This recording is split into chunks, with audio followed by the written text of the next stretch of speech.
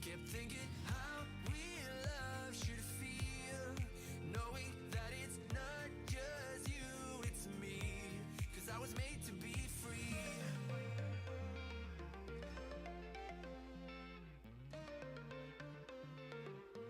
I am made to be free.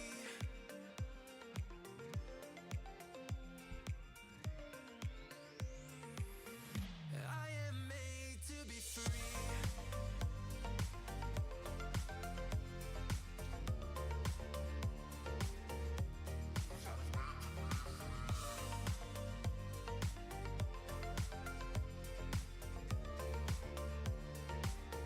Well, I am made to be free.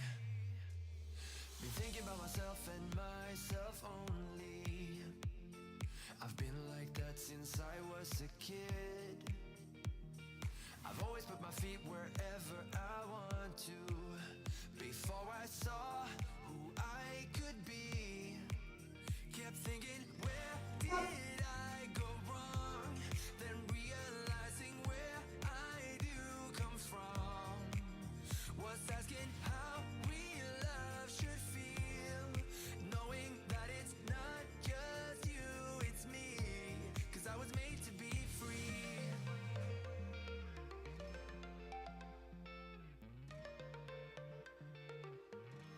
I am made to be free.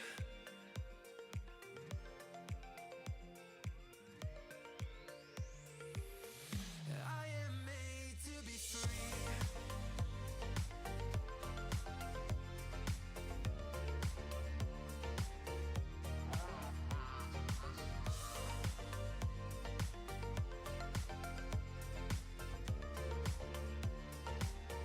Well, I am made to be free. That's my choice, what I need to be free. Still thinking how real love should feel, when I know that it's not about you, just me.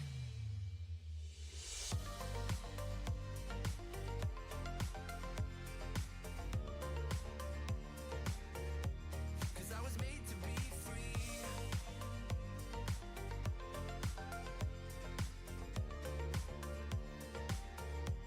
Cause I was made to be free.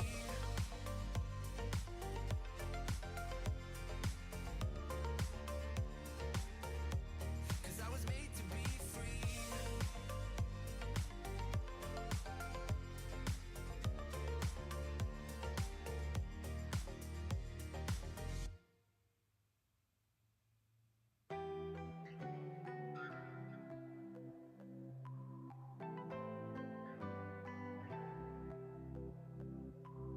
I'm biding my time, I hope that it ain't so. Facing the truth, the eye of the needle. And even if we're not solving this riddle, there's no taking back all the deeds that we've done. There's a lot that we did wrong, looking back on all of the shit we've done. I cannot believe that it's been so long, that we're in the eye of the needle. When you don't like or love me, I breathe it all out and I breathe in. When there is no way back in, and we are the eye of the needle.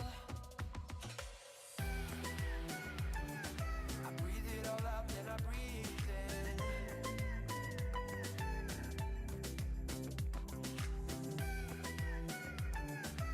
We are the eye of the needle. I'm biding my time, I know the way this goes. I try to stand tall with nothing to lean on. All quiet and still, an echo that goes on. And I'm not taking back all the deeds that I've done. There's a lot that we did wrong, looking back on all of the shit we've done. I cannot believe that it's been so long, that we're in the eye of the needle. When you don't like or love me, I breathe it all out, then I breathe in. When there is no way back in,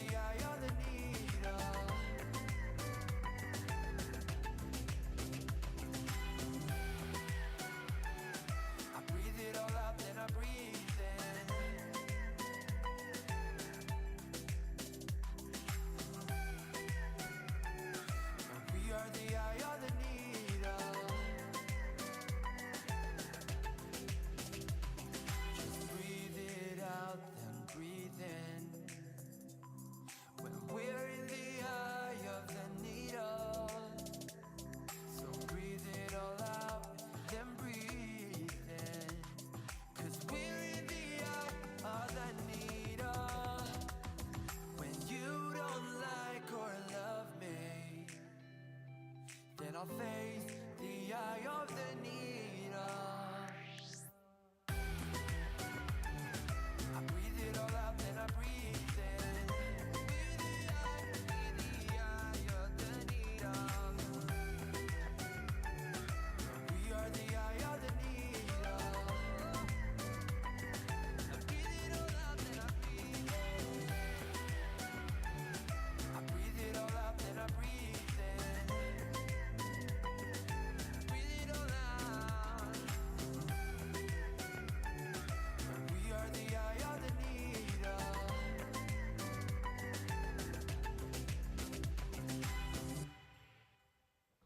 Ladies and gentlemen, boys and girls, hey, how are you? There it is. I'm live, folks. Good to see everybody. Welcome to the stream. Let's get into it.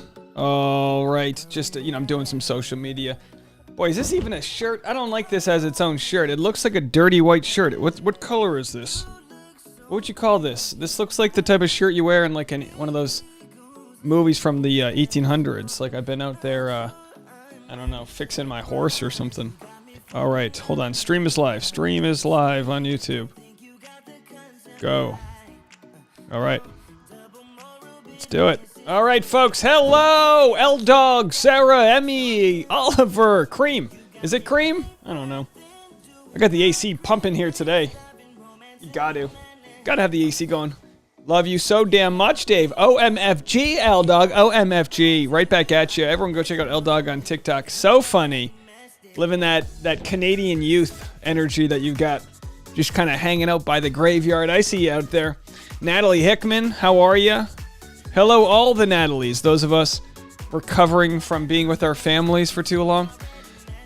For every day you see your families, you need 6 days of massage therapy. Just to, like, massage the knots out of your soul. What's up with families? Why do we love them and hate them so much at the same time? I mean, we love them, right? But Tamika Johnson's in the house. Great recap. Well, thank you so much for that. I appreciate it. Everyone squash that like button if you don't mind. Place your Harry on top of that L button and give it a little tap for me, why don't you?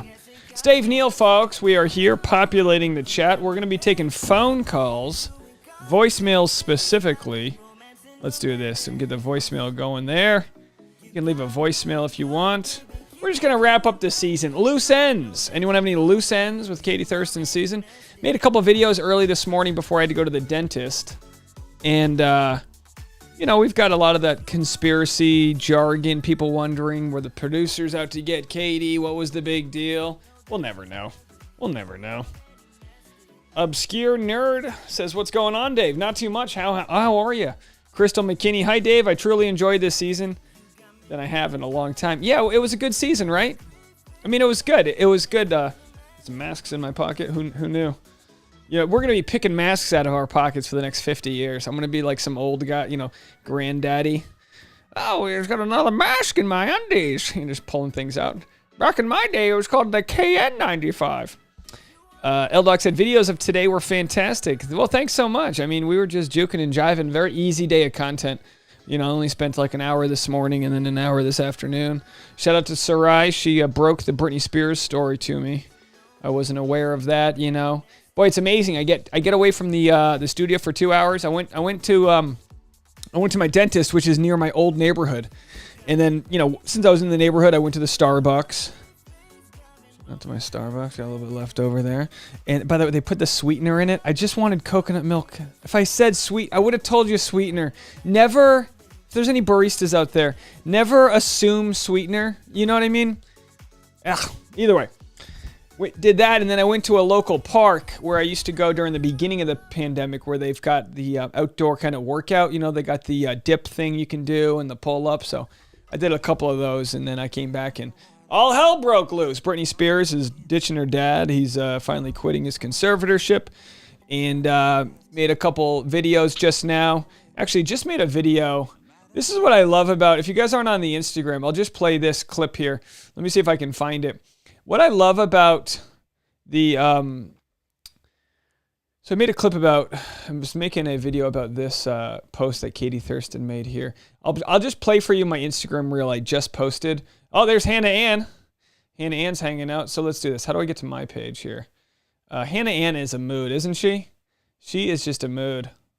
All right, let's go to my profile. See if I can show this to you. Yep. All right, here it is. Katie roasts Blake. So I'm just going to play this for you guys. Enjoy it. Parents, when you go to the parents' house for the first time, you're looking for clues so you can make fun of your fiance. This is how it works in a healthy relationship. You're looking for trinkets to see what your fiance was like before they hit puberty and got cool, so you can make fun of them for that, and Katie doesn't disappoint. So here she is. The first photo she posts of Blake, she's like, all right, she just, here's what I'm assuming happens, right? She walks into the Moynes household. She starts seeing photos of Blake as a kid. She just gets out her phone and she's like, this is too good. I'm going to make a TikTok out of you. Oh, you want to have a bowl cut? Don't think I'm not going to post it on Instagram. So anyway, I was wearing my shirt today and I thought maybe I could do a little of that Blake Moynes. What do you guys think? Do I have what it takes? I don't know if I can get my hair down there. What do you guys think? Could I be in that? Do I look all right? He's got the eyes. I don't know. I'm trying. But then you wonder and you go, how did Blake, how did he have this style? I mean, the kid's like 6. Where does the pop collar come from? Fruit doesn't fall far from the tree, folks. When you meet the parents, I'm trying to post these more on Instagram. They don't take too long to make. It probably takes me an extra 15 minutes, but I just don't make these. But then look, I made this one right here. Let's see if I can go to Reels. Because they do say I hate Instagram. You don't make any money off of it. There's no value to posting there other than there's a lot of people that only get their news from Instagram. But so I started posting these and now look at that. This one got 16,000 views, 8,000 views. So I'm like, all right, there's clearly some room for growth on Instagram for me. So that's where I'll be posting extra tidbits there. Anyway, folks, it's Denim Jacket Dave. That is right, Sarai. We are coming in hot today. I can't wait. Oh, I'm such a basic lady when it comes to wanting fall to come so I can do layers. The ladies with those stupid black boots you wear up to your knees when you go apple picking. What's wrong with you people? What are you doing out there? All 5 girls wear the same stupid boat. What do they call it? Like the Christian uniform, whatever. I don't know. All right, let's get some music going again here. We are rolling. What a weird week. So like Monday, you guys knew I got the screener a little early for this episode, and I thought I'd be able to take some time off on Monday and watch the thing early, make my no. Monday was like 5, it was like 6 a.m. I don't want to exaggerate. It was 6 a.m. to 1 a.m. And then Tuesday we started at 6:30 in the morning. I say me. Got Tasha some coffee, got her out the door, and there's content. But it's like, this is a wild season. Wednesday, insane views. Thursday, settles down. Just settles down. It's amazing. Once drama is resolved in any conflict, but in Bachelor Nation, once drama is resolved, people don't search on YouTube anymore. The loyals watch. I love you guys. But that double 2x times views, that's like when we're just finding out that Dale and Claire are back together. Once we know they're back together, their photo's not worth anything. So, once the Greg Grippo conversation happens on Nick Viall, everyone kind of puts their pitchforks down, blows them out, puts them away. Jeff Probst shows up and snuffs everybody's fires out, and we go, okay, back to normal. Sorry for flipping out, But hey, a lot of people commented, and you guys can let me know in the comment section. A lot of people commented that, because I said this, after the last 2 episodes of the show, we saw a lot of people that were triggered from how the conversation with Greg and Katie went. Rightfully so. There's never any questioning someone's trigger. A trigger is that. It is a visceral reaction to things. You don't want to have to react that way. I'm sure people would rather not be triggered and just live a happy life, blissfully, right? Wouldn't we all? Well, when people found out that Nick was going to be interviewing Greg Grippo, there was a lot of people going, oh, get this guy out of here. The producers are trying to do him right so he can be the next Bachelor. Maybe that's the case. But my thought was also, well, maybe if people can see what Greg's problems are, then it'll help with their trigger. And I actually got a lot, and I can't speak for everybody, but a lot of people wrote to me and said, Dave, it actually was therapeutic to watch Nick and Greg talk. And maybe that's because you realize, even though you have been collateral damage to someone else's problems, you get to see the belly of the beast and realize that when you kind of look behind the curtain, I'm using a lot of weird metaphors, the Wizard of Oz curtain, you understand it's just a weak, scared, sad, afraid person. And while we've all been harmed and people have literally died because of at the expense of a weak, scared person, at least there's some solace in knowing that most cases people aren't just inherently evil. Dog Lover says, I would like to hear from Justin. Well, I'm sure Justin will be doing the rounds. Hey, Bethany Bird, she's in the house. Good to see you. I'm trying to read through the comments. Regine is checking in, I believe, from Montreal. Bon afternoon to you. Slightly sad about auditions not panning out, but doing okay. Oh, Regine, you got to hang in there with the auditions, you know? I don't know if you've ever been on the casting side of things, but like you see how many good people are fit for roles, and like only one person gets it. So hopefully you start hearing more yeses. You know, there's a mantra that I like that says it's something like isn't it great that everything's working out? And I know that's hard to hear. Like I said, I had a couple auditions this week. I had one for this LA Lakers movie where I had to play like a racist spectator in the audition. The hell. I get every villain. I get every audition to play a villain.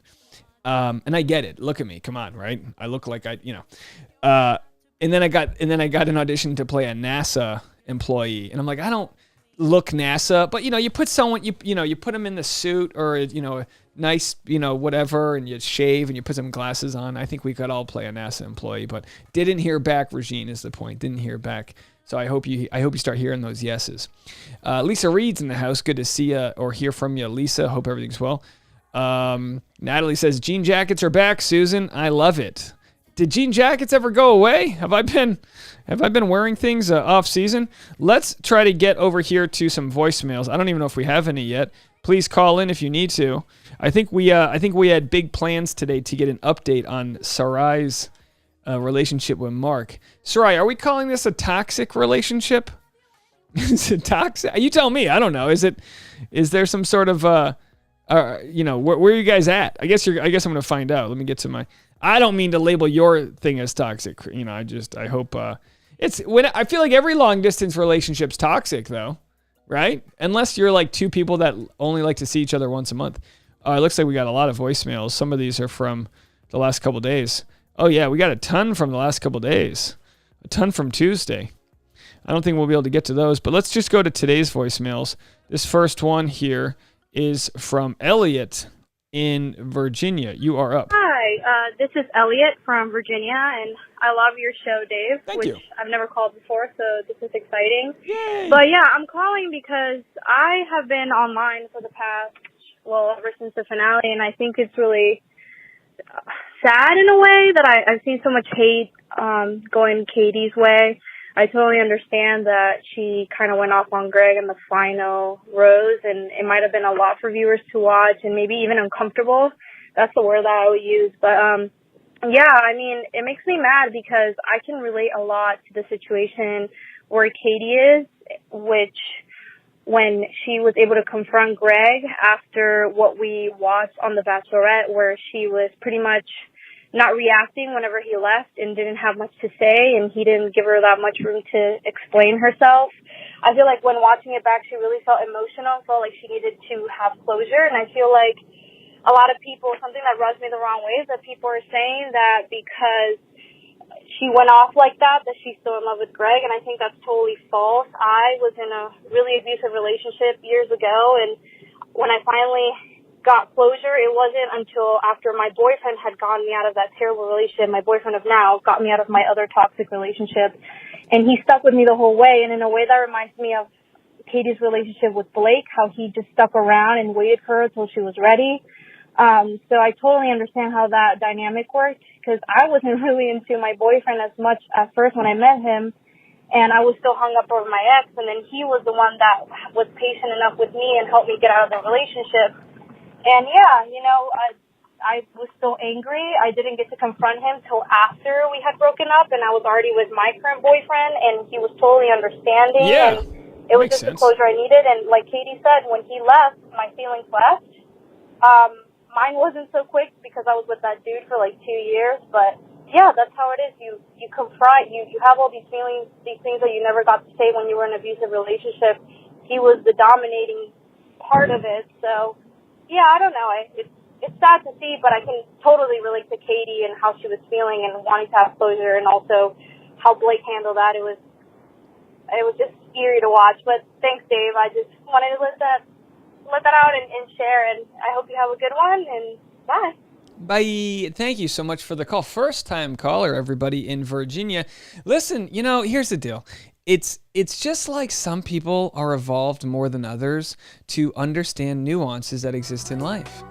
The nuance of loving somebody. Like, we look at the heart in this like two-dimensional way where like it can only fill so much, and it's like, oh, heart's full of Blake, can't have any anger in there. It's like, no.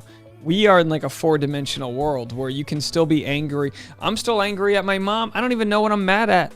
You ever just be mad? You ever just be mad at somebody? You're like, God, I don't really know what you did to me, but when I find out, I'm gonna let you have it. She knew exactly how it went with Greg, and then she got to rewatch it. It's almost like, it's like whenever you hear tropes from people saying like, whether it's politically or there's always like that talking point. It's like, I get it. You read the article and I get it. You heard the line that how could she like Blake if she's with, or if she's mad at Greg. And it's like, can we just do better? Like, what are we all, baby birds, and you're just going to chew on the worm and just spit it into our mouths here? Think for yourself there, Deborah. Not you, Deborah, but, the proverbial Deborah. Think for yourself. All right, let's go to Danny in Vegas. You are up next. Hey, Dave. This is Danny from Las Vegas. Hey, girl. Anyway, I just wanted to call in and just share, like, my 2 cents, if it were. Please. I was just wondering, with the whole producer drama going on where people think that the producers don't like Katie or that there's, like, tension behind the scenes. Part of me is wondering if they're reacting this way because they're kind of backing the bus up over Katie because of how the ratings have been lower this season. And it's much more of a convenient excuse. We're all in those meetings where people are just pointing the finger because they don't want it to affect their bottom dollar. And with everything that happened with Chris, it just kind of, in my head, makes sense that they're just like right over Katie. And the fact that it doesn't seem like she's made too many friends with the top dogs. I don't know. I want to know what you think. Anyway, thank you for all that you do. Bye. Danny in Vegas, I want to know what you think. And I want you to tell me. Hey, I'll tell you what I think. I get my shirt here. Let me tell you something, guys. This was sent to me. How about that? Let me tell you something, guys. You get that? You guys get that? Let me tell you something. All right. Look, it's self-preservation. I worked on a film set once, and I was a stand-in. So my job was to stand where the main actor is while they set up the shot, and then the main actor can come in.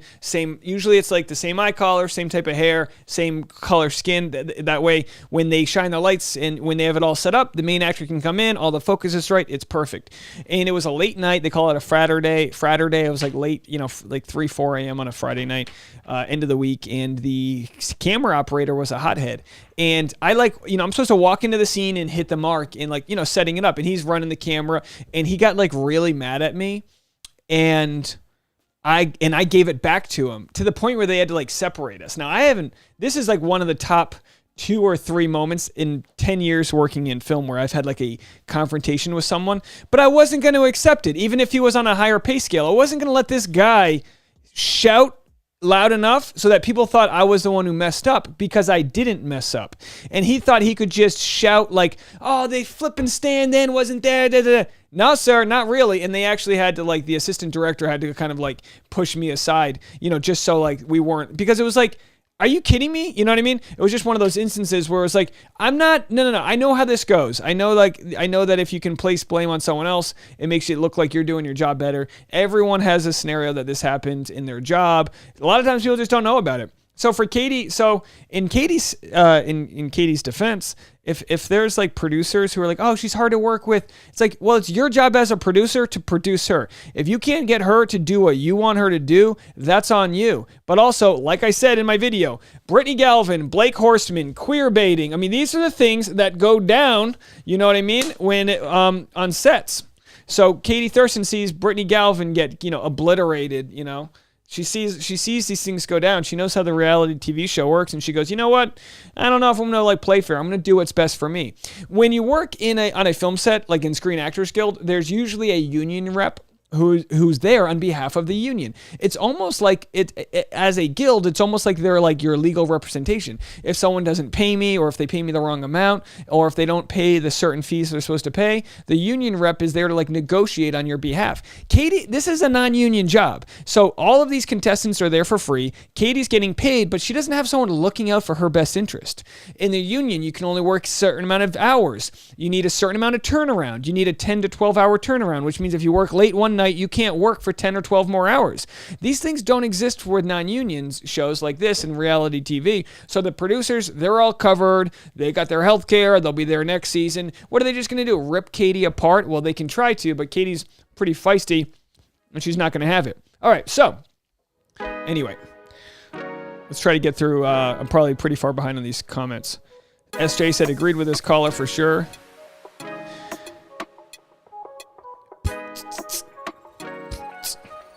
All right, going back to the top here.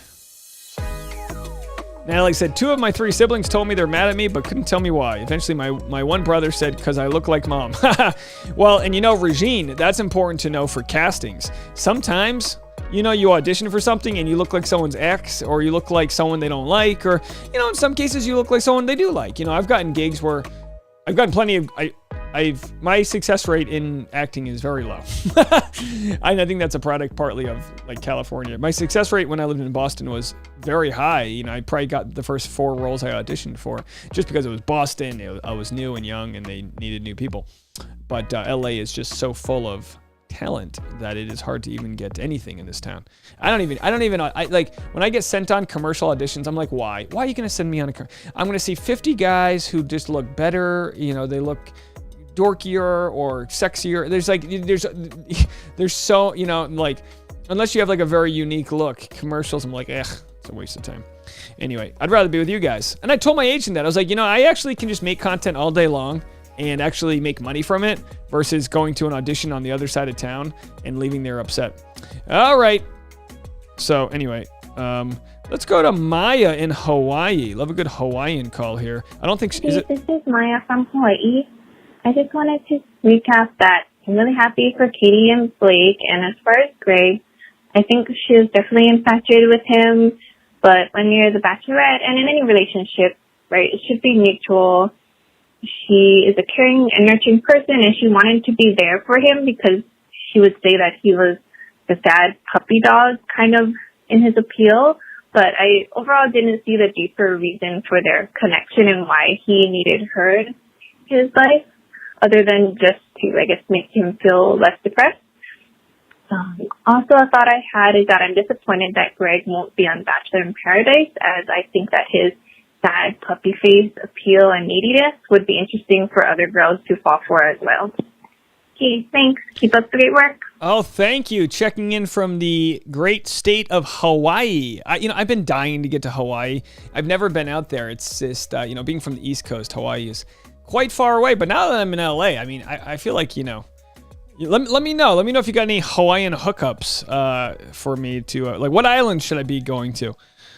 That's partly the problem, I think, with my whenever it comes to traveling, I always get resistance. I don't know what island to go to. If someone's like, you got to go to Ocho Rios, Jamaica. Okay, boom, Ocho Rios, I'll get there, done, I'm there. When it's like, oh, you'll love Hawaii. Well, Oahu's great, but if you want to go and dip into this sands, it's like, oh, geez, just tell me where to go.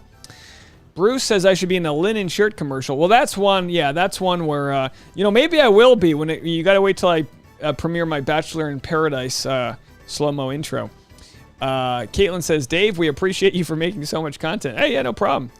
It's really not too bad. It's usually sometimes I'm like, oh, today was so easy, I barely worked. And then other days I'm like, ah, you know what I mean? It just depends what's going on. You think the day's over, you're like, oh, not too bad. And then Taylor Nolan says something and you're like, all right, come on. Boy, she is delusional. She is wildly delusional. It's almost like I would never want to like debate her. But you know why? Because well, it's not even worth getting into it. But you just, if you see on Reddit, people are just like dumbfounded by her because she was like this big advocate that everyone was like, kind of like she was doing good work, but then she's so dang confrontational. Oh my gosh. Taylor Nolan is every day she's putting out fires. Like, I couldn't live that life where every day you're fighting like someone, I don't know,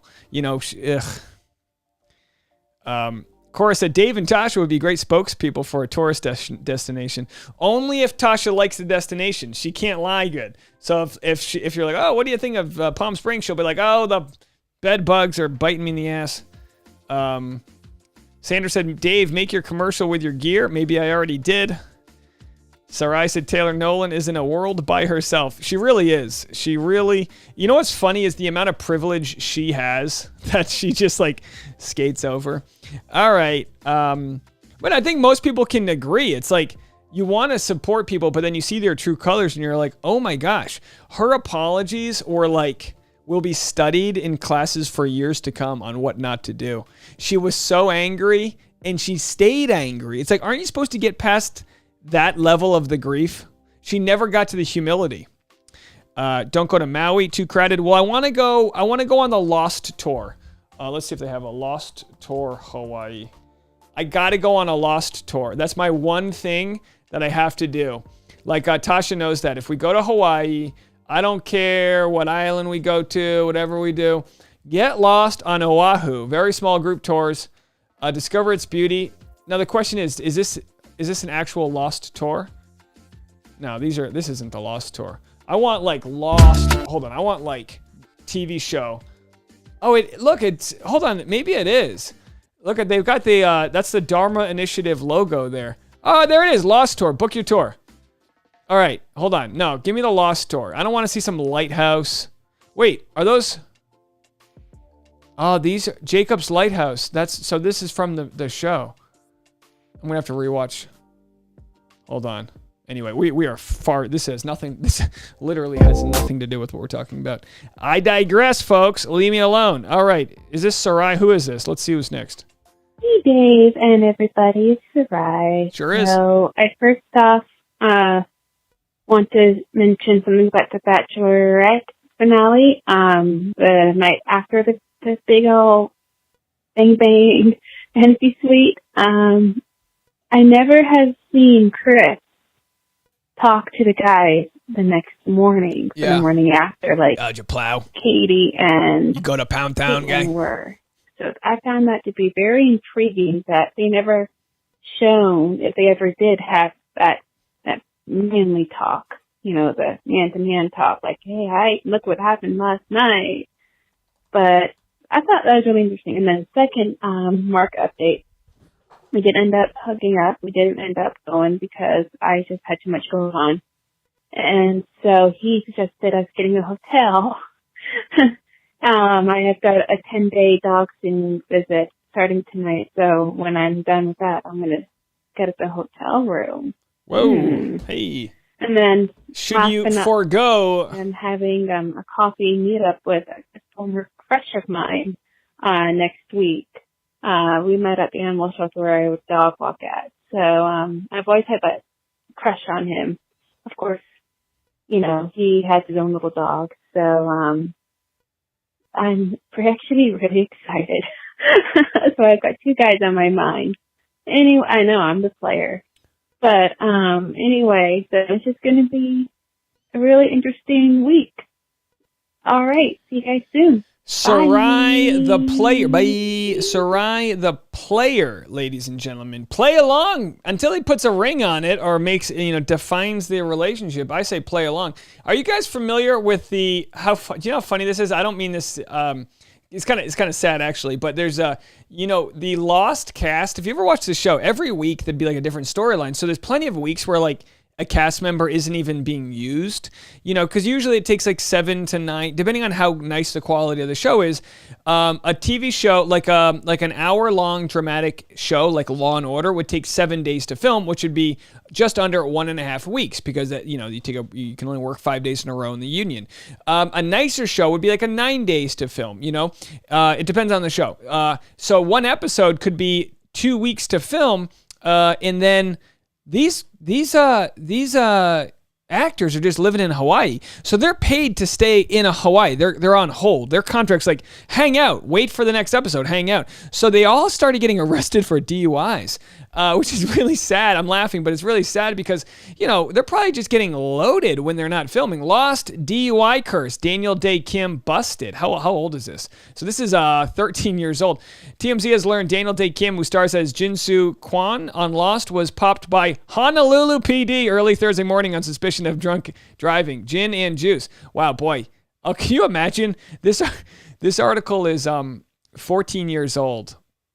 And they said gin and juice because his name's Jin. I don't think you can do that anymore, guys. Even TMZ. I don't think you can do that. Anyway, so he was and I love this guy, but he was the fourth one. The Honolulu Advertiser reports Kim was arrested 3 a.m. So I don't really care about him. I feel bad, but like, who are the other ones? Story developing. Kim is the fourth member of the cast of Lost to be arrested. Michelle Rodriguez and Cynthia Waitrose were arrested for DUI in December 2005 when police spotted their vehicles weaving along a local road. Wait, you mean they were arrested next to each other? They were in different cars? Both pleaded guilty and were lost from the show soon after. Oh, that stinks. In September of 2006, I'm not going to be able to pronounce this right. Adewale was arrested and accused of disobeying a police officer and driving without a license. Those charges were later dropped, and then he was dropped from the show as his character was killed off by a crazy smoke monster. Spoiler alert. Anyway, the point is that if you're going to be in Hawaii, I mean, I guess Uber didn't exist back then. Could have used an Uber, but the point is, if you're working... Yeah, right, Regine, right? But isn't this what's wild? Like, it's, you know, that was 14 years ago. It seems, right, am I doing the math right? 14 years ago, yeah, 2007. Wow, doesn't that go crazy? That's the year I graduated college. Wow. Should I mount my degree? I have a degree in Bachelor recapping, and then I have a master's in power recapping. That's right, folks. You know me. I don't just have an undergraduate degree. This is a master's degree right here in power recapping. Pretty soon, I'll have my PhD. All right, moving on. This is fun. Let me know if there's anything you want to talk about with regards to the season wrap-up and everything that's been going down. I'm imagining Greg Grippa will probably lay low. Maybe he'll get a couple more interviews. L-Dog, you are just born in the wrong era. For a young person, look at that. 30 years ago today, Metallica released the Black Album. Good to know. I can't even do that because my pinky's broken or deformed. I don't even know. Look at that. Both of them are like that. All right. Let's see what we got for voicemails. Oh, Franny called in. Is this today? Yeah, Franny called in. Do you guys watch my interview with Franny? She did such a good job there. Let's see what Franny has to say today. Hey, babe, this is Franny. I'm calling because, unfortunately, I won't be able to join the live today because I'll be at work. No! But I'd like to thank everyone who took the time to watch our conversation yesterday and all the comments and feedback that we received. I also want to thank you, Dave, for having me on the show and for providing us all this content after the final rose. I mean, you were unstoppable. And finally, I want to express how happy I am that Greg had the opportunity to speak out, to look back and recognize his areas for growth, and how happy I am for Blake and Katie. I wish them nothing but the best. So I hope you guys have a good life, and I'll be listening to this live while I'm driving back home from work later on this evening. Have a good one. Thank you. Franny, how nice. You know, I don't listen for the most part to these voicemails beforehand. I'll just scan them to make sure there's nothing like crazy being said. You know, sometimes it's like it'll be like, oh, what's that? Let's skip that one. But Franny, thank you so much. It was so nice to chat with you. And yeah, it's just in today's world, the fact that social media has bonded all of us, it's good. It's good. But the fact that it's given us all a voice to give our opinions, while I appreciate free speech, You get like experts. You got people who like know what they're talking about. And then you get jabronis like me that just get to talk with them. Like, it's ridiculous. So for me to talk to people like Franny and Dr. Diane and you know, they're experts. They're professionals in this. Now, every case when it comes to, you know, therapy, it's all unique and different, but still to be able to talk to someone who like can tell you about a detachment style or emotional attachment or whatever the case may be, that's so special because, you know, if it wasn't for the experts, it would just be a bunch of us people keep on, you know, yelling, calling each other borderline personality disorder folks, not even understanding the meaning of it. So point being, I'm going to keep on trying to bring on experts to share their wisdom with all of us. And I would just encourage everyone else when it comes to things that are above your pay grade to trust experts. And again, I understand that, you know, not to make this political, sometimes experts have the wrong information, but do your research. And I did mine by calling Franny. I'll tell you much, that was a good chat. Hey guys, do we know if there's going to be a change in program with Bachelor in Paradise coming out next week? I need to schedule my meetings around live chats. Danielle, that is amazing that you schedule your meetings around live chats, first of all. Second of all, it's a good question. Stormy's in the house. Good to see you, Stormy. Hey, Dave, how are you? I don't know about the hang tight. Let me play another voicemail and see if I can look up the programming schedule. Does anyone have the Bachelor in Paradise programming schedule? Is it just Mondays or are they doing multiple days? Because it might get busy for us. Let's go to Sarah from Oregon. You are up. I'm from Oregon, and I just got done watching Nick Viall interviewing Greg Grippo, and I just thought Greg did a nice job of explaining himself, and I thought, you know, this guy was just so emotional in the moment of what was going on, and I feel like people need to give him a little grace. On the other hand, I rewatched Katie on after the final rose several times and thought, you know, as a woman, I feel like we don't want to be talked to that way by men, and everyone gets like their clutch their pearls when they hear a man talk to a woman like that. But everybody says go girl when a woman does it, and I just think we need to get past that part of like the gender issues and whatnot. So yeah, I appreciate all you do, and yeah. Thanks for your show. It's a lot of fun. And yeah, good job making all that content. You're working a lot, man. Take care. Bye. Thanks, Sarah, calling in from Oregon, right on the trail. Interesting. Very interesting. Says we need to get past the gender issues when it comes to men and women and conversing. I mean, with regards to Katie and Greg, obviously Greg spoke down to Katie and kind of blamed her a lot, and he was very emotional, and it wasn't right. All that's true. And then after the final rose, the pendulum swung in the other direction where Katie actually cut Greg off a bunch. Like, that wouldn't have been good if that was marriage therapy, right? That would have not been good, like, you know, dialogue. But we all know that. No one's arguing saying necessarily that it was a healthy conversation. You might argue that due to the law of attraction, you know, everything has an equal and opposite reaction. And by watching that all play back, that just really grinded some gears. Tamika Johnson said in regards to my previous thing about trusting experts, are they an expert or a grifter? Great point. Grifters are people that will monetize, you know, speaking up about a certain opinion. And that's something, it's always good to follow the money.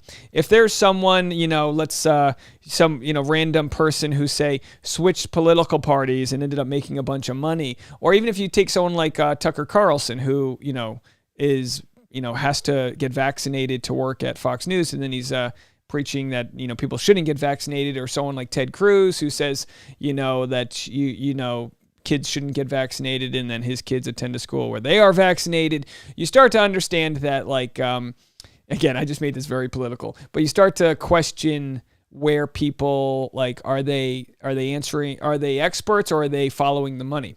Whenever someone follows the money, that's tough. And you know what, let me just make it back to Bachelor Nation. When it comes to some of these bad Bachelor podcasts, they can't say that the podcast is bad because that pays their bills. So in some ways, they're kind of a grifter for Bachelor, but I get it. Everyone wants to get their bills paid. But let me tell you something. If Bachelor came up to me right now and said, Dave, we're going to give you $200,000 check right here. That's right. I made $200,000 for the rest of 2021 to just turn off your YouTube.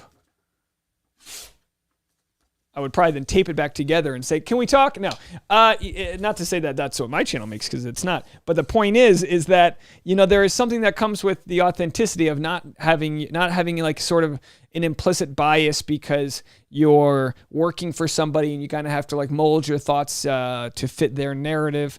And I think that's why we kind of do well, because you guys know I'm on the outside. So to answer someone's question, Loved by You, making love by you, said, would you ever consider bringing Cass onto your channel to talk? Absolutely. Brandon Quinn asked if he could come on. Said he would love to chat. And I think I had to send a formal email to maybe his PR people. And to be honest, I feel like for the most part, I'm not going to be approved. For, I believe, 2 years, I got new index cards, guys. Moving on up, for 2 years or so, I believe they are under contract and have to get the media they do pre-approved, which I know there's a gray area because they do a lot of Instagram lives with each other, and I guarantee the new contracts for bachelors are going to limit that, because you saw like an Instagram live the other day that had like half the cast in it. Katie and Greg were in the comment sections, and if bachelor's not making money off of it, they aren't going to let you do it. So would I have cast on? Sure. Do I have any sort of fanboyness about it? Not so much. I think there's cast members that I think would be great conversations, and I think there's others that would be dead ends, you know? For the most part, though, like I could have a ball clinking drinks with our Canadian counterparts. I could have a ball talking to a guy like Kenny. There's plenty of the cast members would be a doll to speak with. Hunter, you know, like Get Real, Connor, you know, absolutely. But honestly, you guys have proven that a lot of the, you know, traffic you give me my way is just up so we can talk about the show and have a community in the chat room, and that seems to be what it is. So anyway, Stephanie says happy 39,000, Dave. Thank you so much. I appreciate that. KG said 5150 is real. I don't know what that means. Let me know what that means. Stormy said finally was able to catch one of your lives. Well, thank you so much for showing up. I appreciate you. Sarah said, I think it's Mondays and Tuesdays. If that's the case, we'll have to decide. I'm going to have to decide, guys, about on a Monday night live stream, and do I do a Tuesday night live stream? Or do I do, you know, there's going to be a lot of, for me, live streams are fun, but they're not really like the be all end all because they're not really evergreen. Which, by the way, did you guys see this the other day? I got about 5 messages from people saying, hey, Dave, your channel has no videos. And then the messages kept coming in. Hey, Dave, went to your channel on YouTube. It says no videos. So then I typed my name on YouTube. No videos. To my credit, I actually didn't panic. I was like, this has to be a glitch. But at the same time, I was like, or did they delete me? And it was a little scary to know that you've got your you know, the thing you do kind of at some sort of algorithmic whim. But you know what I like? You know what I like though about YouTube is isn't it fascinating how wild this site is? Because like Instagram, their software sucks. TikTok, it's like you need an Adderall just it's like, you know, YouTube is so mature with their software. They're owned by Google. There's the biggest video platform in the world. So you got just thousands of the smartest people working there. And I was like, I think they'll figure it out. And sure enough, they finally did. But I was like, whoo, that would have sucked. All right, let's go to some new voicemails. Julia checking in on us from San Diego. Hey, this is Julia from San Diego. I'm really glad that you made that video about the deleted scene of Katie having a phone conversation with Desiree, because her whole fight with Greg was giving me serious flashbacks to Desiree's season. And a bit of Rachel, Lindsay's too. Maybe the newer fans of the Bachelor franchise may not remember or know who Desiree is, but when a similar situation happened to her, it was a huge deal because people thought she was just settling for Chris, who she's been married to for 6 years now, and they have 2 of the cutest kids together. They're like one of my favorite Bachelor Nation couples to this day. But yeah, I recall Des having such a hard time after the show, and she even kind of stayed away from social media for a while. So I hope Katie can find a similar happy ending with Blake, because they actually seem really great together. And I hope everyone can move forward from this, because it's been just so exhausting. I mean, it's definitely an important conversation to have. What they fought about and how their fight went, but it's just, you know, the season's over, and Katie is engaged now, and she seems happy, so let's just move on to bigger and better things like Bachelor in Paradise and possibly Dr. Joe's Bachelor. All right. Thanks. Bye. Bye. I just realized I made this thumb right here, and it looks like a weird, like, kind of looks like a penis or something, right? It's kind of like if you had like a sort of hernia or something. All right, folks.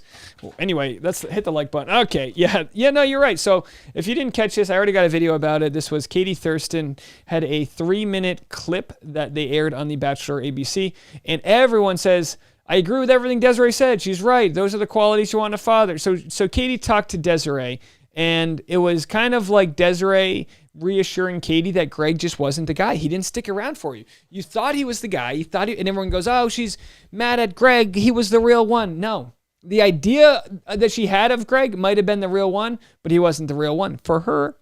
Hopefully he sees how he acted. Why didn't they show this? Production, y'all are confusing as hell. I wish this would have aired. So it's one thing after another. You can watch my video on that after. And of course, yeah, we ask these questions. We ask these questions. Why wasn't it shown? And is it something as sinister as, well, it wasn't shown because then it would have been obvious to see that she was over Greg, and then maybe the reunion wouldn't have been impactful? It's a stretch. They have a lot of content they got to put in there. I think it was less sinister and more like the fact that it wasn't that dramatic. But people like conclusions. We like to know at the end of the movie the bad guy got caught. We like to know these things. So, you know, as far as why they didn't show that, you know, I don't know. Maybe they thought they could just air it afterwards. But it's like, if anything, at least air it the same night before people like go like, oh, you know, she's the worst. It's like, no, just watch the thing. Clearly, she's all right. Someone had commented that my examples were only Republicans, and I do encourage you to submit to me some non-Republican grifters, and I will gladly throw those on my list. But I add Ted Cruz in my mind because he's the biggest grifter of them all, in the sense that he told people to do a stay-at-home order, and then he got caught at the airport heading to Cancun. That's ridiculous, right, guys? We understand that that's ridiculous. And that all happened, right? And then AOC, love her or hate her, went to Texas. Now, she works for the people of New York State, right? City. She went to Texas to raise money when there was all this, like, that big freeze that they had there. So it's like, you look at where the money is, and you look at who's working for you, and that's what's important. All right, Maddie in Boulder, you're up next. It's Maddie from Boulder. You have not heard from me in a while. I have not been able to be on the lives lately because I've been busy moving to New York City. But I just wanted to call in and say that you better come up to the city and do some comedy shows. I will definitely be there. And that is all I had to say. So I hope you guys all have a great day. Bye. I will be going there, and I'm normally there several times a year. Because of the pandemic, it's just been hard. Like, we've been so backtracked on so many different things. I will be in New York City, I believe, for 3 or 4 days after Thanksgiving.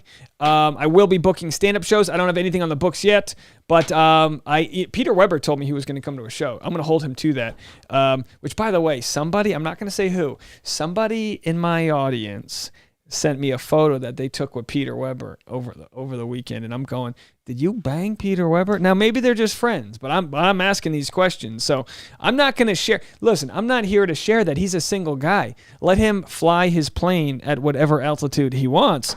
But the point is, how funny is that people are showing me their, photos where they may or may not have bumped Harry's? Do you, Peter? I'm all about it. He gave me the best compliment ever when he said, "You're roasting me. I'm watching your video right now, and I still find you funny." That's the best compliment as a comic, because, like, you know, sometimes people, I've never gotten any hate from a contestant. Usually they just don't respond, but it is nice when you can kind of go at somebody, and, you know, I guess that's comedy though. Try to go at them in ways that's not super personal. Like, it's not like, F you, you suck, punchline. It's like, oh, I'm making fun of you, kind of hitting the landing strip in the right position, you know, whatever the case might be. I don't know. All right. Natalie's up. Let's see how the family reunion Hey, and everybody, it is Natalie from The Hat, up here in Canada. I wasn't going to call, but then I just decided to call because I am so shaken up by this last season. It has caused so much drama in not just the cast members' lives, but even in my own life, even in, like, our own little live chat group here on the Discord. Like, I'll take responsibility for that. Sorry, guys. Just, like, so, like, I'm just blown away. Like, how did this happen? Like, is this because of the pandemic? Or is this social media? Or are we just, like, woke now? Like, I've been watching this show since the very, very beginning, and I've never cared this much. I've never, like, it was just entertainment. But this last season was, like, traumatizing. So, I don't know. I just want to know what everybody else thinks. Like, is it because we can say more, because we can vocalize it, or is it, was it really that bad? Like, was it worse than the other seasons? I don't think it was, because we've seen some, like, pretty messed up stuff over the years. And this one is, like, even I was just with my family all last week, and I was fighting with my family about all these people I don't even know. Like, that's how crazy this has gotten. So just wanted to throw that out there and add another voicemail to you, and I hope you're having a wonderful day. And bye! Bye. I'm having a great day. Thank you so much for the call there. I appreciate that. Calling in from Canada, from Nova Scotia. How did she pronounce it? Nova Scotia? I think she called it Scotia. Nova Scotia. I didn't... just goes to show geography, learn it in school. So people are asking about Bachelor in Paradise. I guess we'll do this. And again, everything is subject to change. So if someone can't make it or you're scheduling your life around it, all I say is please don't put that kind of pressure on me. Like, I appreciate everyone's support, but please do not put that pressure on me.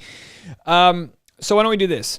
Like Sarah said, on weeks, or Cora, who I don't know who said it, on weeks where there's 2 episodes in a row, maybe I'll just do a Tuesday night live stream, but maybe I'll do a Monday afternoon. So I'll do a pre-Bachelor in Paradise live stream and a post. But then again, I gotta look and see, like, if it's worth the time. You know, I'd love to be at a place where I live stream before and after every episode, but you know, it's still pretty, like, labor intensive, and of course it's I don't want to overdo it for you guys, you know what I mean, but there is always so much to talk about, so we'll have to see about that, but I'll follow the money, as we say. I'm a grifter. I'll follow the money. You know, there's a balance you have to make in Bachelor Nation. Like, I just made this Britney Spears video, and, you know, it probably doesn't have many views. I can check. It probably doesn't have many views. It, because YouTube kind of knows that my content's like Bachelor content. So when it's non-Bachelor related, yeah, look at that. My Britney Spears video is 10th out of 10th place in the first 2 hours. It only has 600 views. So virtually not worth my time. But I like to talk about it. Britney Spears is fascinating. And you know, my thought is, if I can branch outside of Bachelor Nation stuff, you know, you can build a little bit more of a fan base there. But then again, you know, at the same time, I understand that, you know, this is the moneymaker. This is what we're here to talk about. So that's what we do. All right. Anyway, let's move it on. So yeah. So, and then some videos I make, I go, oh man, this is going to be big. You know, if someone says something or someone does something on the internet, you know, or like someone spotted, I'm like, oh boy, clear the schedule. We're going to talk about this. Like, I've been wanting to do Bachelor in Paradise preview videos, but I know this Greg Grippo story was way more interesting to people, and that's just the case. So we kind of just follow the traffic there. All right, Jeff, you're up. Jessica calling from California.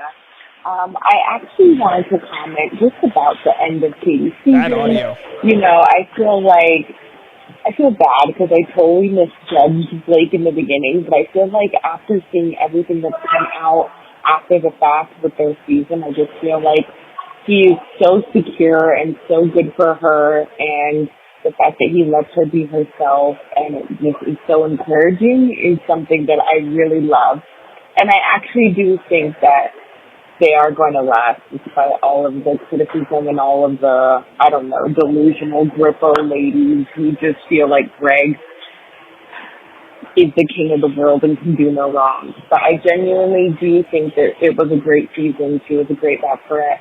And I'm excited for Bachelor in Paradise. I do have a question though. After seeing all the trailers and stuff, I would love for you to talk about it. Do you think that maybe we may be getting a season of Demi being the villain? I don't know. I just get that vibe. Everything I've seen from her lately has been super cringy, and I just don't feel like, I think in her attempt to get attention, she's going to really shoot herself in the foot. Okay, well, that's all. Thank you so much. Bye-bye. Thank you for the call. It was kind of hard to hear you. I had you boosted all the way up, but you know, you say like you misjudge Blake. You know, that happens. He kind of comes off playful. People wonder if you're there for the right reasons, and it's like, obviously you can be playful and still want to fall in love. So Sarah and Cora so they say, we don't need 2 streams on Monday. Well, what if I want to stream? What if I want to talk to you guys? You know, maybe it'll be one of those things that I'll just, I'll have to feel the divine intervention. Because the truth is, if I'm stuck watching this show on Mondays, the streaming is the easy part. But we'll have to see. We'll have to see here. Alrighty. Yep. I actually think Katie and Blake will be very happy. Yeah, we'll have to see. I mean, you know, it's one of those things. It's like, yeah, why are we so... Barbara wants my collar popped. It must have unpopped itself. Barbara said... I'm sorry, the previous caller had said... Natalie had asked, you know, why are we so divisive this year? And it's, you know, in some extent, it's true that we're moving more and more towards a society, like a Bachelor Nation, where we want, like, contestants to decide which side they're on. And I made this video on my Instagram the other day where, like, someone asked me, and I know they meant well, what side are you on? And I'm like, I don't think we're watching the show right. I don't think we're watching the show right if we're just picking sides. This isn't dodgeball, okay? This isn't Sunday football where we're putting money. Who do you got? Patriots versus the Chiefs. It's not. These are all humans. These are all people trying hard. So I understand. I understand that you know people want my take, and of course if you know me by now, chances are my take's not going to be like 100% on one person's side. And then some people had said, oh, Dave, you know, you haven't even criticized Katie at all. I mean, it's like, well, what do you want me to say? Like, she responded like someone who was scorned from a relationship. You know, that's what it was. Hopefully she can just move on. And I know she did a ton of press. It was really cool how they set that press up, you know, because it used to be you'd be popping around to every location. And now it's like, look, we're going to get a hotel room. We'll light it up. We'll make it sound nice. We'll get good internet. And we'll just have they probably had a PR person patching them into every Zoom call. I'm sure there's a bunch of laptops going. And then, you know, Katie and Blake are just sitting there. And, you know, how long can you talk about the show before, you know, they're exhausted? They probably didn't sleep. It used to be they'd fly a red eye from like Jimmy Kimmel to Good Morning America or whatever. But I think now most things are Zoom, you know, done on Zoom. But yeah, it does become kind of wild, like the PR run. And then someone had asked me, like, how much do you think they're getting paid for this? And I mean, they're getting paid in one way or another by Bachelor, right? I know Katie for sure is. But it's probably not much, you know. It's like, you know, all this media. Usually, you do the media for free. You know, it's just a way to promote it. But now that the season's over, she doesn't have much to promote, other than, you know, in some ways they want to also be in. You know, she doesn't want to completely probably burn bridges with the Bachelor producers because, you know, they might want to televise the wedding or something like that.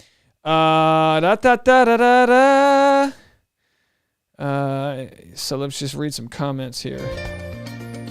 Oh, Cora with the $5. Thank you so much. I think we all agree, Dave. Tuesday night lives, talking both nights on one live. And we can do... Well... I mean... Let me get to all the comments here. So I'm not... OMG, their last question, that was too funny. How many times they banged? It was a higher number than I would have guessed.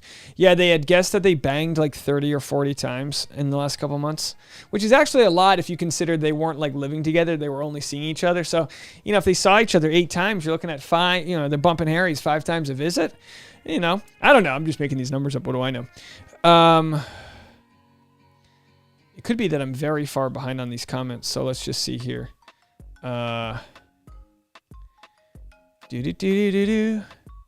Someone had asked if there's a Bachelor in Paradise in Canada. There is. I believe it will air like early fall.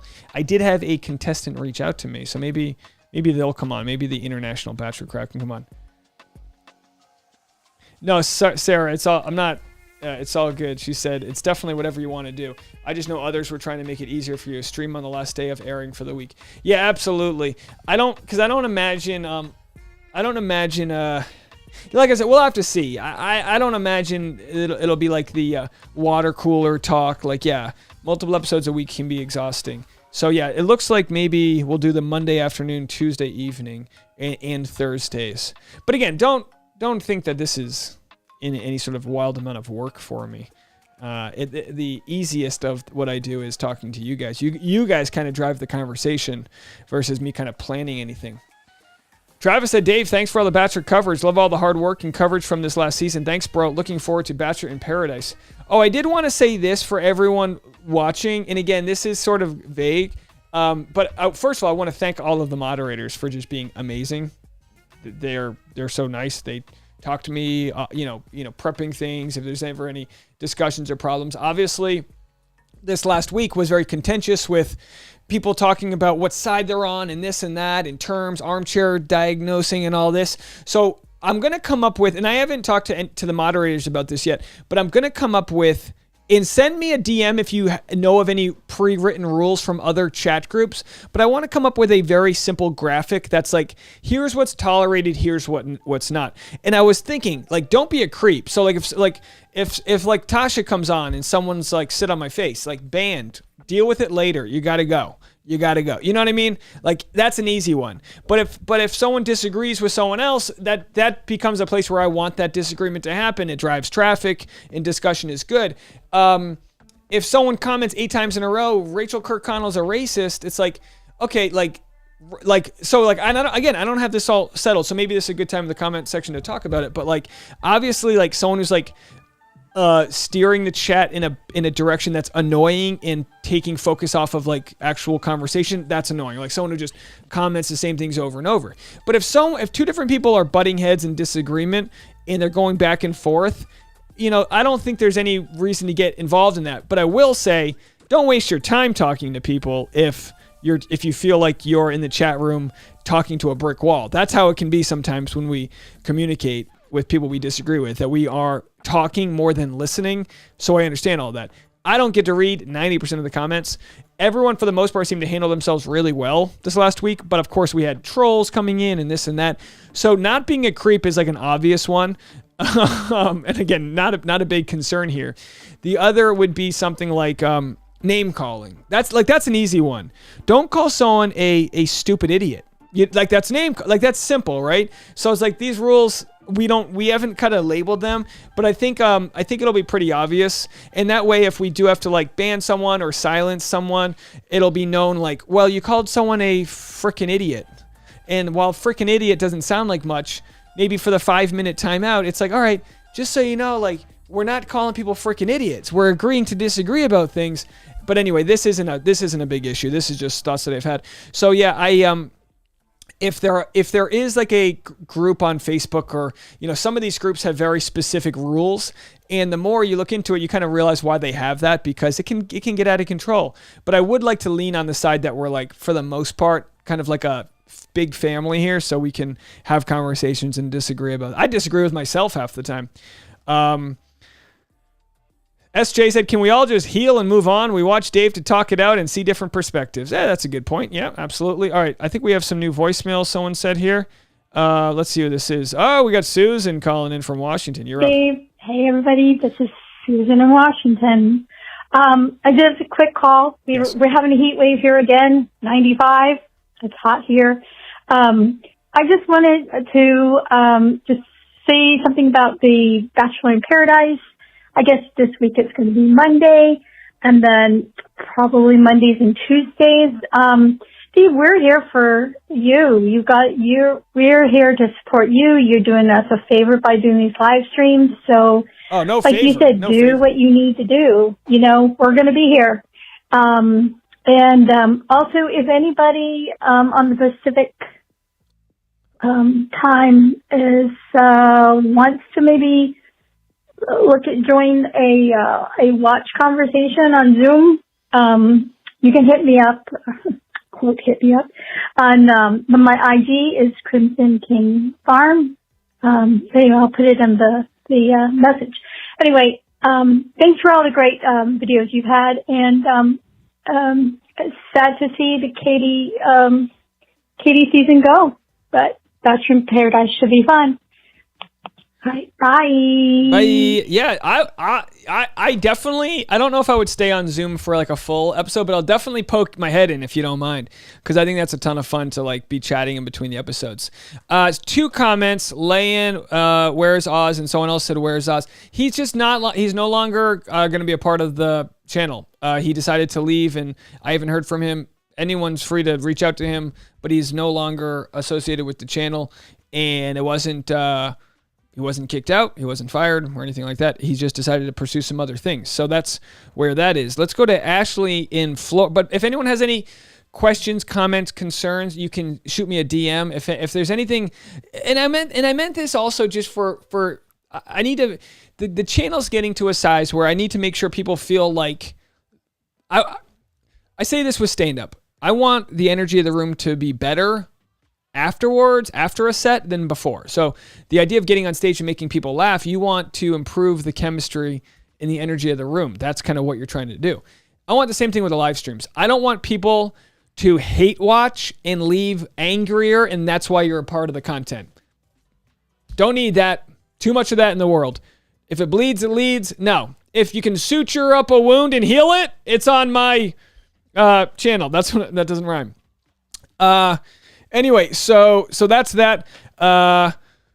Disagreement is healthy, bad, good, but maybe like no racism, no slander, be respectful and keep it civil. I like that. Yeah, that'll be part of it, obviously. Like, and obviously when no name calling, obviously no racism, no slanders. We can talk about rumors, but we have to, talk about them in a way where we know that there are rumors. So it can't be like so-and-so's this, you know what I mean?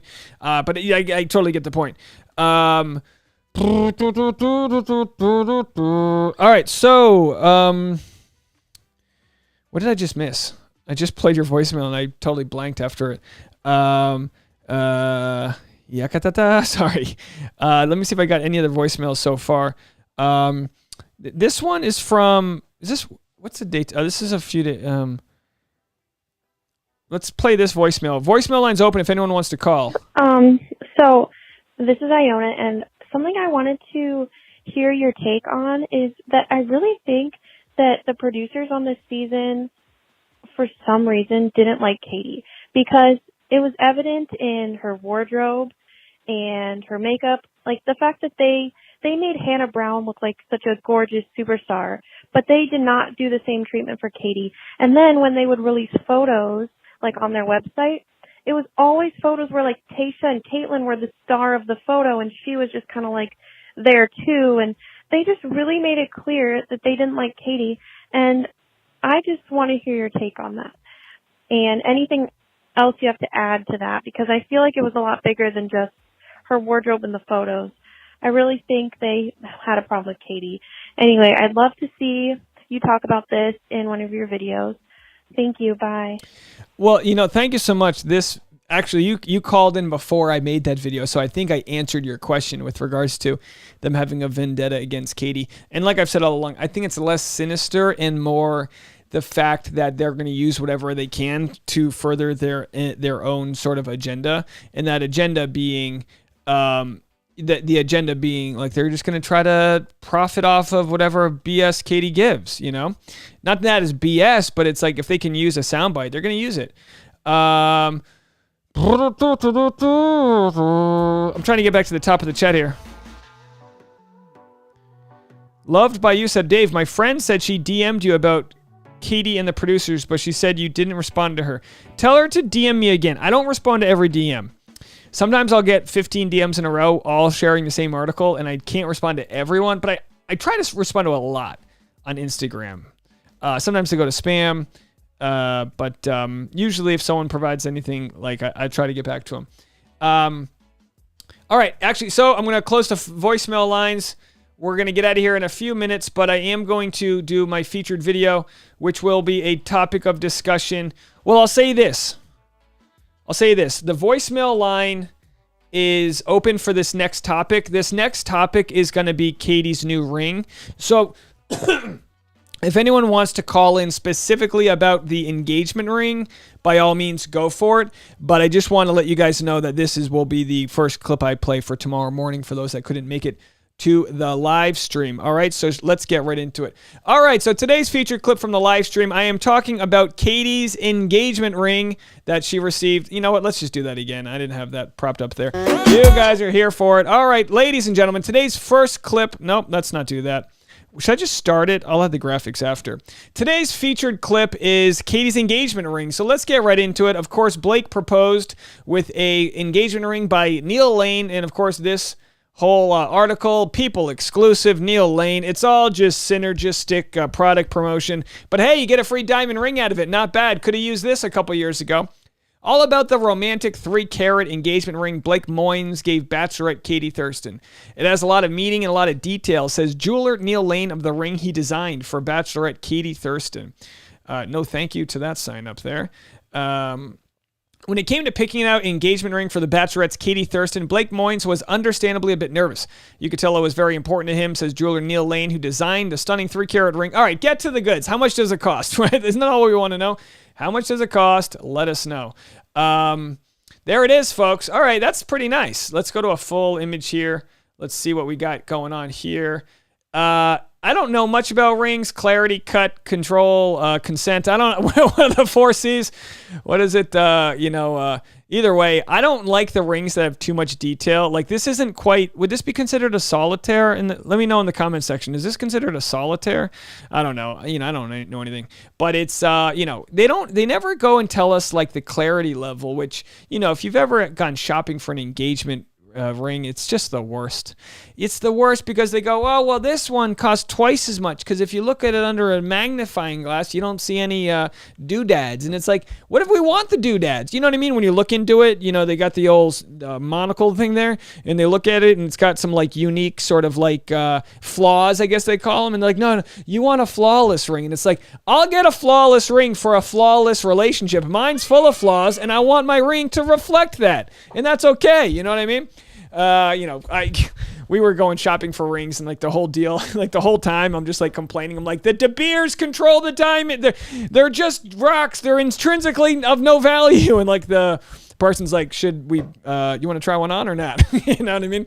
Anyway, she got these little baby rings kind of going all around the ring right there, and looking pretty good. Princess Mandy says solitaire is 1 diamond, I think. Okay, but what could it be? Could it technically be a solitaire, and then the multiple diamonds on the band don't count? So I guess this technically wouldn't be a solitaire. What do I know, folks? Clearly not enough. I'm sure I'm going to get ring-splained by all of the finely engaged people out there. Well, it's so-and-so. It's like, all right, can it? It's Zales. The platinum ring features an oval-shaped diamond set within a crown motif with a hidden halo of 90 smaller diamonds. It's a very unique ring. The halo is hidden, so you don't see it from the top. It's a lot like their relationship, about taking a risk in the beauty of hidden details. A lot of it is on the surface at first, but there is so much more than meets the eye. It has a lot of meaning and a lot of detail, so it's not just a gem on her finger. It means so much more. They should have me sell the ring. It's got 90 diamonds encrusted around the surface to signify the amount of times they bumped Harrison's in the fantasy suite. You know what I mean? All right, moving on. I mean, it looks great, right? I don't like a ring that's too gaudy. Like she's kind of like got a petite little hands. Don't get her some giant thing that like weighs her down, and she's got like scoliosis because the ring's too heavy. Blake loved the shape of the stone. It's romantic and it's elegant. That really resonated with him. He felt it was perfect for her, and he definitely chose the right one. Part of what makes an engagement ring special, I just saw this TikTok video, right, where it was like a guy who was like driving across the country. Literally, he was like mining different minefields to find a diamond, found a diamond, and then cut it up, using whatever the technology, and it was like maybe a gold diamond, different colored diamonds. I don't know what it was. Yellow diamond, whatever it's called. And it had melted into it a mosquito, and they extracted the DNA and created dinosaurs. I'm sorry, I was watching Jurassic Park. So he made the diamond, and then he like whittled it into a ring and proposed. I'm like, That's how you show you love somebody. Now, I'm sure Blake loves Katie, but like there's no equity here. There's no time that was spent, creating the ring. You literally had Blake. Now, imagine this. And again, with all respect to you, Blake, I know this wasn't on you, but imagine if I wanted to propose to my girlfriend that I've been dating for 14 days, and my ex-girlfriend, Tasha Adams, shows up with some rings, opens them up, and I just get to choose within 30 minutes which one I'm going to pick. My fiance is not going to really value that too much. We had to go to the Diamond District, which is the worst. Every single diamond dealer you go to, they start looking at your shoes to see how much you can spend. It's like, go get out of here. Go take a hike, Gerald, and your slinging diamonds. And whenever you're like, I don't know if I like it, they go, we can design one for you. And then they just pull out a pad of paper, and every single person you meet is just like, they're like, oh yeah, it'll be easy. They go, oh yeah, what do you like? You want a solitaire? Okay, we'll get you a solitaire. Here's what we're going to do. We're going to make this solitaire for you. And they start drawing things around a thing, and they're like, and it's going to cost you your life savings. There it is, folks. You want that solitaire right there? It's like, no, I'd rather go on a worldwide vacation than buy a rock. But here we are. Tasha said yes, so we got into it. Anyway, I've digressed a lot here. I'm projecting a lot onto this lovely moment. But is Neil Lane even married? He's always talking about like the value of love. You got Neil Lane and Chris Harrison, nothing but, a couple divorced dads out there. So anyway, Blake Moyne's new fiance agrees. I'd never looked at rings before, and it just fits my personality. It's simple and it's elegant, and it's going to tell Greg off. I'm sorry, and not too flashy. Bad eyesight. When I saw it, I just realized, wow, Blake knows me so well. Blake's met me so, you don't know someone well till you know each other's bowel movement schedules. All right, folks, that if you lived in a 500 square foot apartment during a pandemic, you know somebody well. It's like, we ate Thai food. I'm going to go take a dog for a walk. Have at it. During Monday night's finale episode, Thurston was still reeling in the aftermath of her dramatic split from frontrunner Greg Slippo the Grippo. I just didn't see it ending. Not today, she said in the teaser. Greg isn't. Okay, so this is all the filler. They just add, it's almost, these articles, it's like somebody's got to write an English paper in like 11th grade, and they're like, it's got to be 6,000 words, and they just like, here too, I now will forego the fantasy, you know what I mean? They just start adding words. They don't know what they mean. That's a people.com article. We're opposite in the kinds of movies we like. I like scary. He doesn't. And we talked about our love languages. I'm words of affirmation, and he's physical touch. Let's be honest. Well, bump the Harry on that physical touch, and he can tell her what she's doing well, and I think they'll fill up each other's wells in more than one ways. Looking at you, kids. Prior to the show, we had talked very casually in DMs. I thought he was hot, but I didn't think much of it. When I met him in person, something about his energy shifted in my mind completely. I knew this was going to be a strong relationship.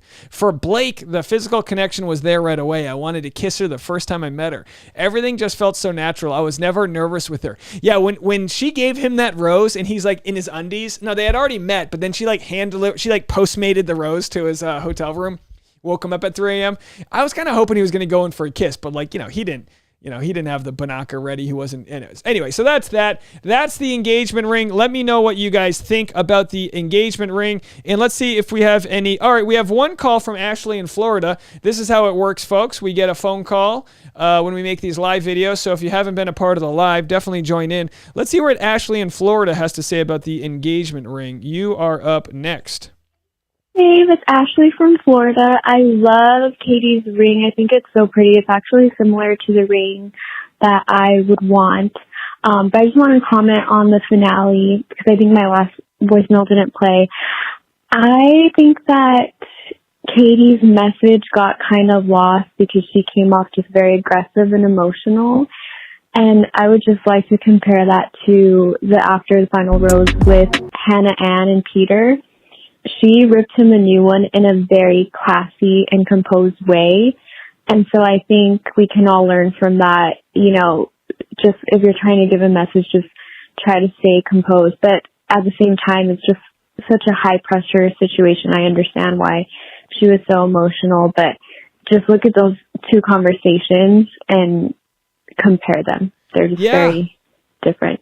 Thanks, Dave. Bye. You know, thank you so much for the phone call. And just to bring it back a second to that conversation, you know, I would need to know how long was it since the breakup, what they were all feeling. Everyone's different. So some people can like Hannah Brown is from the South. Southerners are really good at cutting through people with pleasantries. You know, they're like, oh, bless your heart. And what they mean is go walk, you know, take a long walk off a short pier. But in Katie's stance, she just wasn't going to say anything but her truth. Love it or hate it. Now, we'll wrap this up here, but someone had mentioned that the ring actually had quite a lot of value.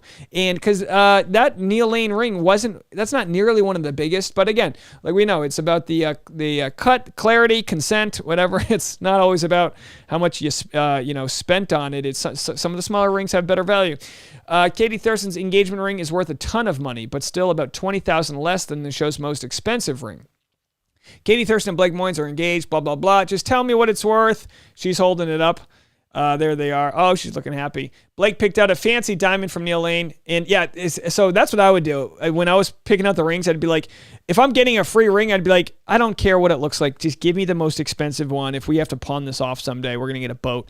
Blake picked out a fancy diamond worth $80,000. Neal Lane tells E! News that Katie's ring is handmade in platinum, has a giant oval-shaped diamond, centrally set within a crown motif. Okay, we got that part. $80,000 is a huge amount of money to spend on a ring, but nope, Blake didn't pay for it. ABC foots the bill. If a couple ends up splitting, they have to return the ring, which is why Becca Kufrin and Garrett they broke up exactly 2 years after the air date of their relationship. Keep it. There's some rules about a certain number of years. You get to keep it anyway, but after months, it goes back. So, so, you know, most people, if they can last long enough, they get to keep it. But let me tell you something. If you're in a relationship and you're sick of your partner and you got to stay together for another year for $80,000, you're like, you know what? I'll go sleep on a futon under the bridge. I don't care. So anyway, the ring Ben Higgins proposed to Lauren Bushnell with is said to be the most valuable in the show's history, worth around $100,000. And I guess the question is whether or not they got to keep that, because I'm pretty sure they broke up pretty quickly thereafter. Anyway, folks, that was our clip of the day. Let me know what you think. Follow me on Instagram at DNeals and like this video and subscribe on the way out. Bye now. What'd you think about that, folks, right?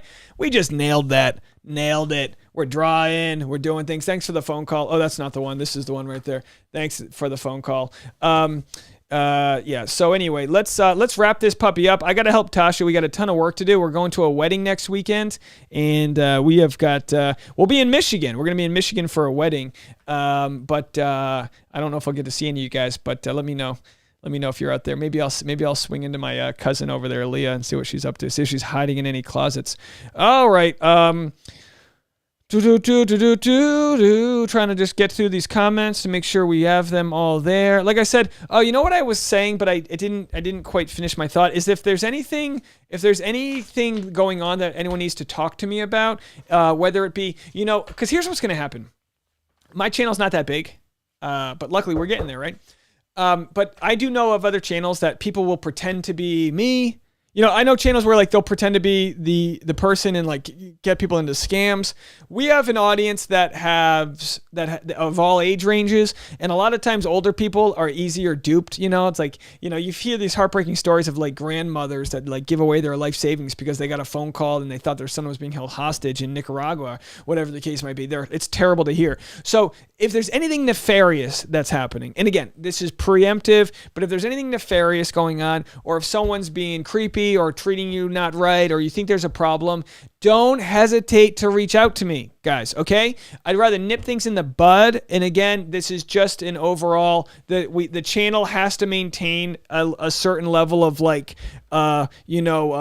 respectability here. And that doesn't, on every video, I don't delete people's comments if they're hateful. I only delete them if they violate YouTube's terms. But within the comment section of live streams, that's where we have to keep the conversation going. If someone posts a comment calling me a simp on a video, I don't delete their comment for the most part, unless they're attacking someone else or whatever. But you can decide to avoid that. But if they're commenting in the live stream and it gets in the way of a productive conversation, we just have to let that go. But with that said, I still want to err on the side of trusting that most people are trying their best, and I'll get someone said Bachelor Fan Take had a rules that they have. I'll get a graphic we can agree on, and we can work on it. But if anyone and then also there's some live streams I listen to where they'll have like a unban request, which we don't get into anything heavy, so we don't really have a problem with banning people. But if there is someone that feels like they were banned from the live stream, half the time it's me accidentally doing it just because I'm like clicking along, and I swear I don't even know what I'm doing it half the time. So if you think you've been banned or silenced or whatever, and it wasn't on purpose, or you feel like you want to state your case, by all means, state the case. Rebecca said, a little behind the scenes from Dave Neal. Well, yeah, it's nice when I can like kill two birds with one stone, because the live stream is at 200 views right now on my end, at least. I don't know if it's more on your end. And the live streams don't always, some people don't ever watch the live streams, but that video tomorrow could get 5,000 views. So it'll be nice to start the day off with it and all that jazz. Regine, have a good evening. Everyone else have a good evening. I will be doing a Patreon live stream Saturday morning. I'm going to also have more Patreon content coming out tomorrow. I have a very funny Patreon story I'm going to share that I can't share publicly, but I'm going to share with you guys all of the bad advice I get. And some of it's hilarious, but I don't want to make anyone feel bad, but I get some really bad advice. I'll tell you this one. I'm going to give you guys this one for free. Someone told me I need to make less videos because I used to be able to respond to everyone's comments. So if I make less videos, I'll have more time to respond to people's comments, which the more you break that down, the more insulting it is to think that like you'd rather me have less revenue so I can respond to you. Anyway, I think most people understand it, and I try to spend a lot of time responding to comments, but some videos that blow up, I just have to like let it all go. Regine, keep it going on out there. Keep spreading that love and that positive energy. Even when times get tough, when you get into the casting room, whether it's a web audition or in person, they're going to feel your vibe and your energy. So just keep on giving that positivity, and you're going to mesh with the right people. And don't forget us when you're famous, as they like to say. Bruce is going to rescue me in Michigan. Very good to know. That's always good to know. I wonder how long these gushing instant pics will last for Blake and Katie. Well, I feel like a lot of them that contractually probably supposed to post, like the People magazine, like the one I have right here is, I believe, People magazine, which is a really great photo, by the way. Really great photo. I feel like, contractually they probably got paid a decent amount to do the People exclusive, and when they have a baby, they'll do the exclusive and all that. Yeah, but I'm sure they're sick and tired of responding to everyone. I mean, it is exhausting. Just getting through the rest of your comments. Karen said, thanks, Dave, for your awesome Bachelor Nation videos. Well, thank you so much. Thank you so much, everyone else. Take Tasha to the LA Phil tonight if you have time, and text me. I'll come say hi. Are you at the LA Philharmonic? Well, you need to give me more notice than 1 hour to get to the LA Philharmonic. You think this hair does itself? Come on now, I got to shave. But yeah, I'm going to share on Patreon tomorrow the ridiculous... I did this before. I did this before, and that one person wrote in on Reddit telling, like, in response to my Reality Steve video.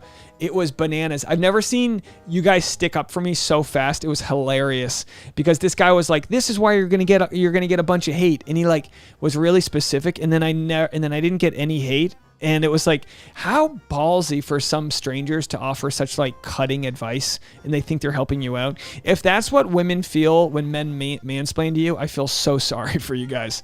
Erica Brandenburg, have a good one. Have a nice weekend. Caleb says, hey man, you do awesome breakdowns live with no editing, mad skills. Thank you so much. I mean, I've kind of learned how to use the fingers, and that's what got us here, folks. But I appreciate that, and you're hilarious. Thank you so much. Keep making videos. Don't listen to those dumb idiots. No, I agree. I was like, what are you talking about? And then on the Patreon, I'll explain the other. Yeah, I'm gonna bite my tongue now, and just on the Patreon, I will go in depth into the other nonsense that I've received recently. Tons of fun.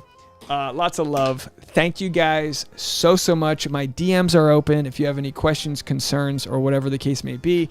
The Discord, they've done a fantastic job with. If you need any life advice or some camaraderie, or if you're annoyed at your boyfriend and you need someone to text, go into the Discord. It's a fantastic group of people, and I will talk to you guys. I guess our next live stream will be Monday at 4 p.m. We'll do a pre-Bachelor in Paradise live stream, and we'll have fun with it.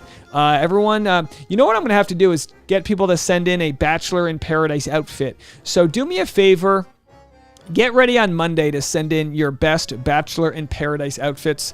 Feel free to make a daiquiri, enjoy a nice shaken margarita or blended, whichever you prefer, and we will get low together Monday at 4 p.m. Pacific time. All right, folks, thank you guys so much. Bye now.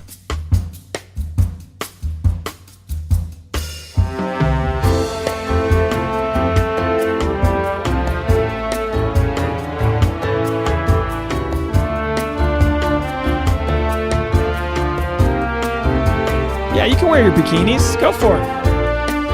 Sarai with a sarong. A sarang. Good night, folks.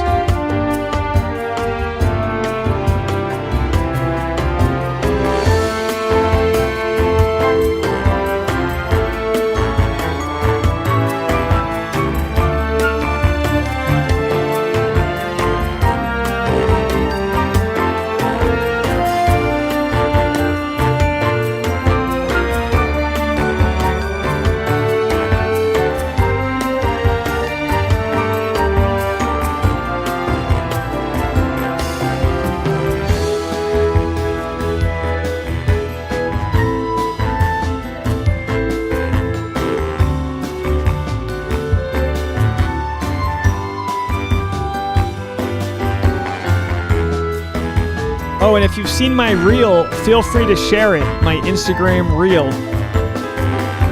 We're going to try to grow that Instagram, get some new viewers to YouTube. We are running at full speed, everybody. Thank you guys for all the support. As the great Carly Harper says, bye. Yeah, Cammy, isn't this great music? You know, this was random. This just came on, and I jammed out to it. That bass you hear in the background is a baritone sax. That's the instrument I used to play.